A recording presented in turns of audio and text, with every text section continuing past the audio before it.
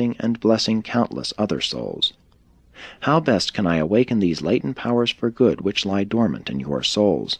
One thing I am sure of, emotional excitement is not the ideal spiritual stimulus. Excitement does not augment energy, it rather exhausts the powers of both mind and body. Whence then comes the energy to do these great things? Look to your Master. Even now he is out in the hills taking in power, while we are here giving out energy. The secret of all this problem is wrapped up in spiritual communion, in worship.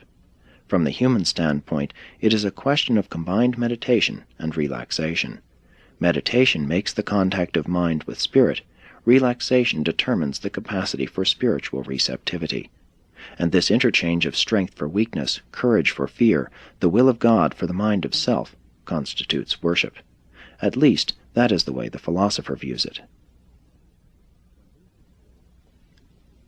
When these experiences are frequently repeated, they crystallize into habits, strength-giving and worshipful habits, and such habits eventually formulate themselves into a spiritual character, and such a character is finally recognized by one's fellows as a mature personality.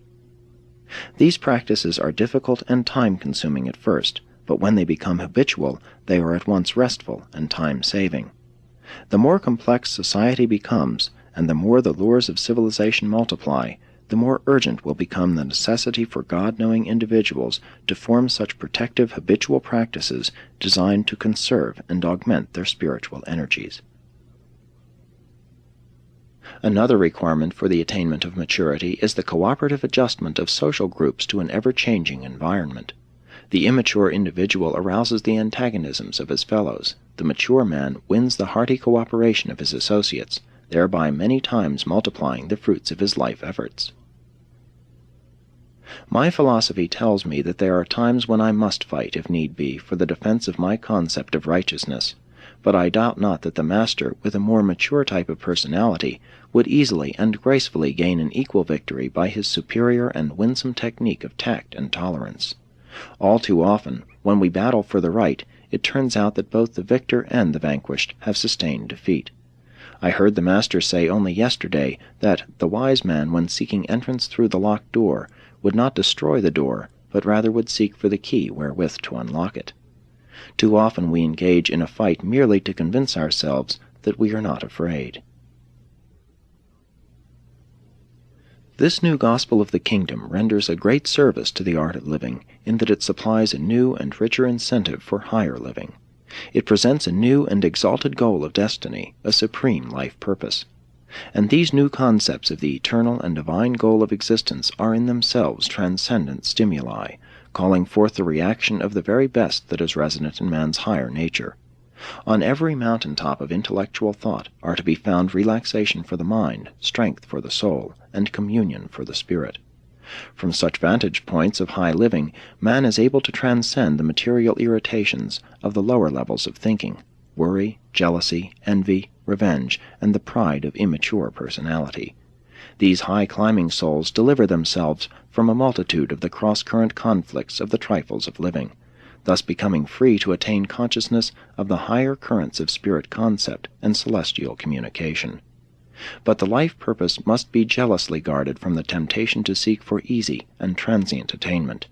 Likewise, must it be so fostered as to become immune to the disastrous threats of fanaticism. 4. The balance of maturity. While you have an eye single to the attainment of eternal realities, you must also make provision for the necessities of temporal living. While the spirit is our goal, the flesh is a fact. Occasionally the necessities of living may fall into our hands by accident, but in general we must intelligently work for them. The two major problems of life are making a temporal living and the achievement of eternal survival. And even the problem of making a living requires religion for its ideal solution. These are both highly personal problems. True religion, in fact, does not function apart from the individual. The essentials of the temporal life, as I see them, are 1. Good physical health. 2. Clear and clean thinking. 3. Ability and skill. 4. Wealth, the goods of life. 5. Ability to withstand defeat. 6. Culture, education, and wisdom. Even the physical problems of bodily health and efficiency are best solved when they are viewed from the religious standpoint of our Master's teaching, that the body and mind of man are the dwelling place of the gift of the gods, the Spirit of God becoming the spirit of man.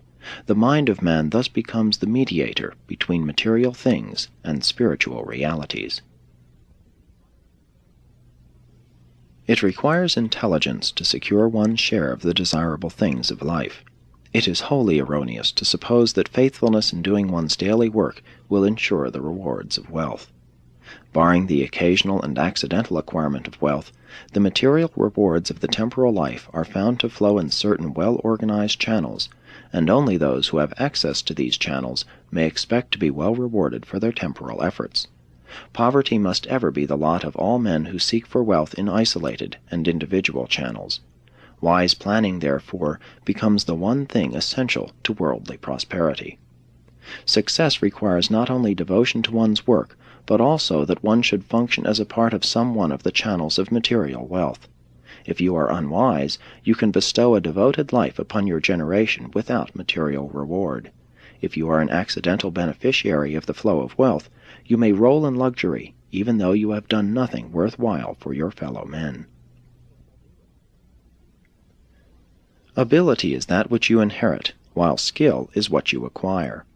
Life is not real to one who cannot do some one thing well, expertly. Skill is one of the real sources of the satisfaction of living.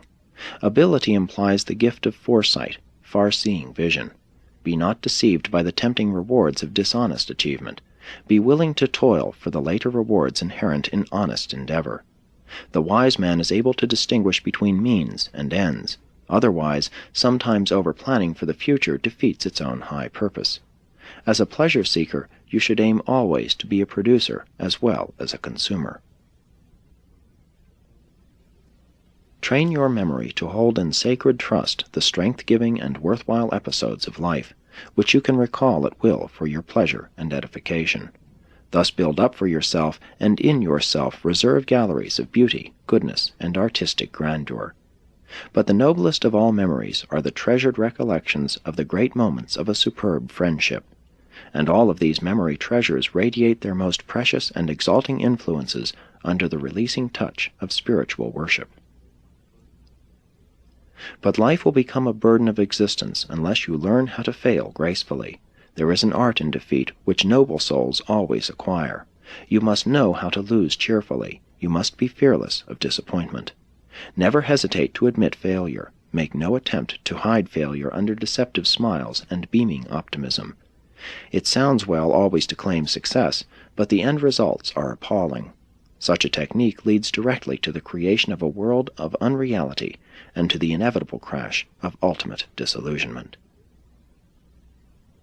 Success may generate courage and promote confidence, but wisdom comes only from the experiences of adjustment to the results of one's failures. Men who prefer optimistic illusions to reality can never become wise. Only those who face facts and adjust them to ideals can achieve wisdom. Wisdom embraces both the fact and the ideal, and therefore saves its devotees from both of those barren extremes of philosophy, the man whose idealism excludes facts, and the materialist who is devoid of spiritual outlook. Those timid souls who can only keep up the struggle of life by the aid of continuous false illusions of success are doomed to suffer failure and experience defeat as they ultimately awaken from the dream world of their own imaginations. And it is in this business of facing failure and adjusting to defeat that the far-reaching vision of religion exerts its supreme influence. Failure is simply an educational episode, a cultural experiment in the acquirement of wisdom, in the experience of the God-seeking man who has embarked on the eternal adventure of the exploration of a universe. To such men, defeat is but a new tool for the achievement of higher levels of universe reality. The career of a God-seeking man may prove to be a great success in the light of eternity, even though the whole temporal life enterprise may appear as an overwhelming failure, provided each life failure yielded the culture of wisdom and spirit achievement. Do not make the mistake of confusing knowledge, culture, and wisdom. They are related in life, but they represent vastly different spirit values. Wisdom ever dominates knowledge and always glorifies culture.